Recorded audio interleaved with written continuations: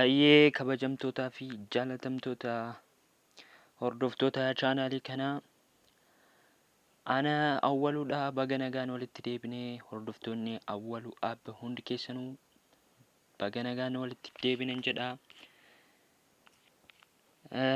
Warreen ammoo reefuu viidiyoo kana ilaalaa jirtan ammoo na chaanaalii kana subscribe hin goone chaanaalii kana subscribe gochuudhaan maatii chaanaalii kanaa ta'uudhaan barnoota garaa garaa argachuu dandeessuun jedha. Har'a ammoo akkamittiin feesbuukii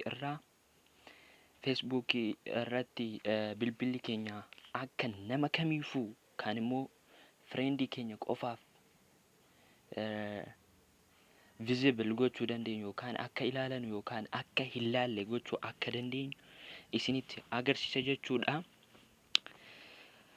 Jalqaba irratti akkuma isinitti himee namoonni haaraan reefuu gara chaanaalii kanaa dhuftan viidiyoowwan baay'een isin darbanii jiru. Viidiyoo baay'ee hojjedheetiin jira. Galtanii ilaaluu dandeessu jechuudha.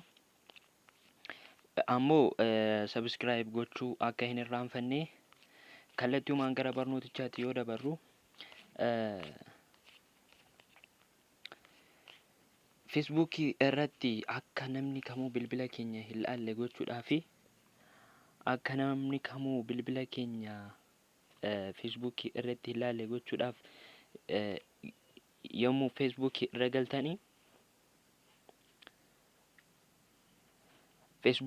irra galtanii jechuudha.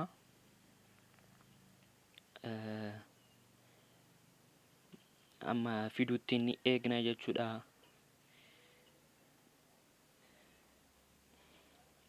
Hiriyoota koo kunoo nuuf fideera jechuudha. Yoo feesbuukii keessan irra galtu baay'een keessan laayitii yoo feesbuukii keessan irra galtanii bakka sarara sadii gara olii jiru kana ni tuqxu al tokko. Bakka sarara gadi gara olii jiru erga tuqxanii booda as waan baay'eetu isiniif dhufee jira. COVID-19 Information Center, live videos, get latest version, messages, groups, friends, videos, marketplace, memories, waa baay'ee jiru. Kana keessaa setting bakka jedhu tuqxu isin.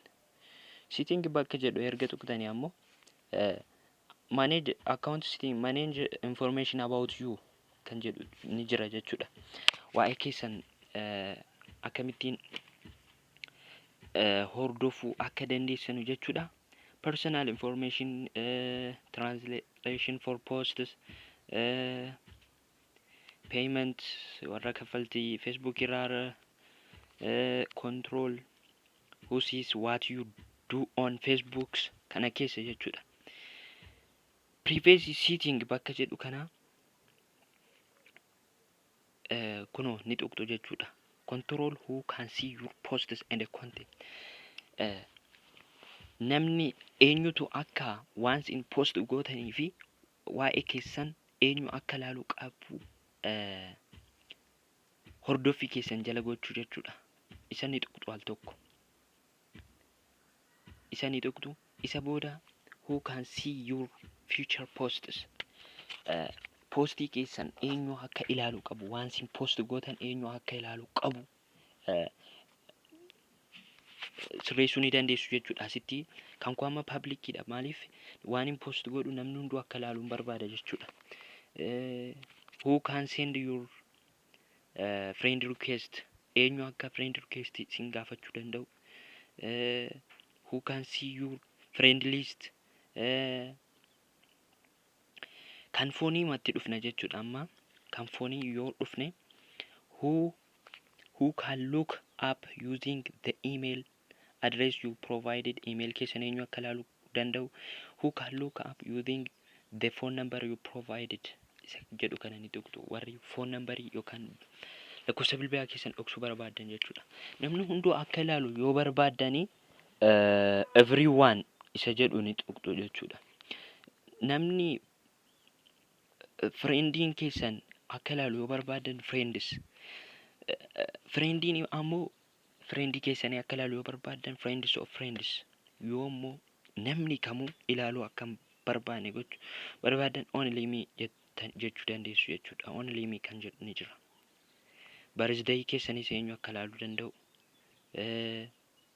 contact information keessan eenyu akka ilaaluu danda'u hunda isaa sirreessuu ni dandeessu jechuudha. Hiriyoota koo viidiyoocha yoo jaallattan like godhaa, ammoo dafaatii subscribe godhaa, namoota biraatiifis akka qaqqabuuf share godhaan isin jedhaa. Viidiyoo biraatii amma walitti deebinutti galatooma.